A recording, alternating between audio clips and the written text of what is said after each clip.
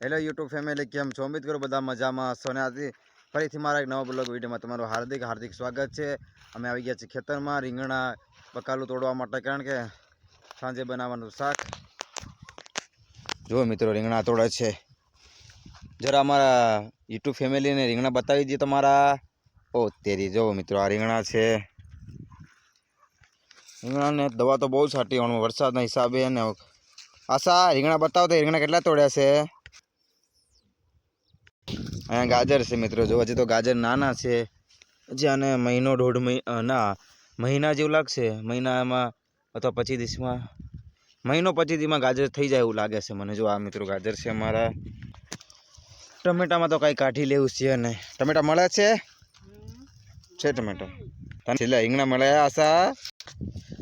જોઈ લ્યો મિત્રો અમારી પત્તા જ ગોબી। તમે શું કહેતા છે તો મને ખબર નહીં, પણ અહીંયા અમારામાં અહીંયા પત્તા ગોબી ક્યાં ને ગાજર, રીંગણા, પત્તા ગોબી, ચણા। જો હવે જાશું મિત્રો અમે, હવે જઈએ છીએ મિત્રો અમે તુવેર લેવા માટે। લીલા વટાણા મિત્રો દાળ ભાત બનાવવા હોય તો આપણે પાઉંભાજી બનાવી હોય, મજા આવી જાય। વેચાતો તો લેવા ના પડે, આપણા ઘરના વટાણા હોય તો એટલો તો ફાયદો છે। પોતાની ખેતીવાડી હોય ને, શાક બકાલું એવું આપણે વેચાતું ના લાવવું પડે।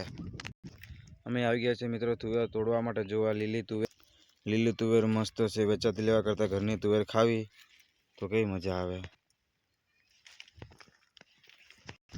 આ રહ્યું આપણું વટાણાનું ખેતર, જો મિત્રો આ બીજું ખેતર વટાણાનું, બધા વટાણા જ છે। અમે આવી ગયા છીએ મિત્રો ફાઇનલી તુવેર તોડવા માટે। મારી પાછળ દેખાય છે વટાણાનું ખેતર છે, અને જો આગળ છે એ પણ વટાણાનું ખેતર છે। તમને તુવેર બતાવી, જો આ તુવેર છે, આ બેન તુવેર તોડી રહી છે। અને આશા તુવેર માટે તોડવા માટે છે ને, તુવેર લઈ જવા માટે કોથળી લઈને આવી રહી છે। આશા જલ્દી આવ, મોડું થાય છે આપણે જવાનું।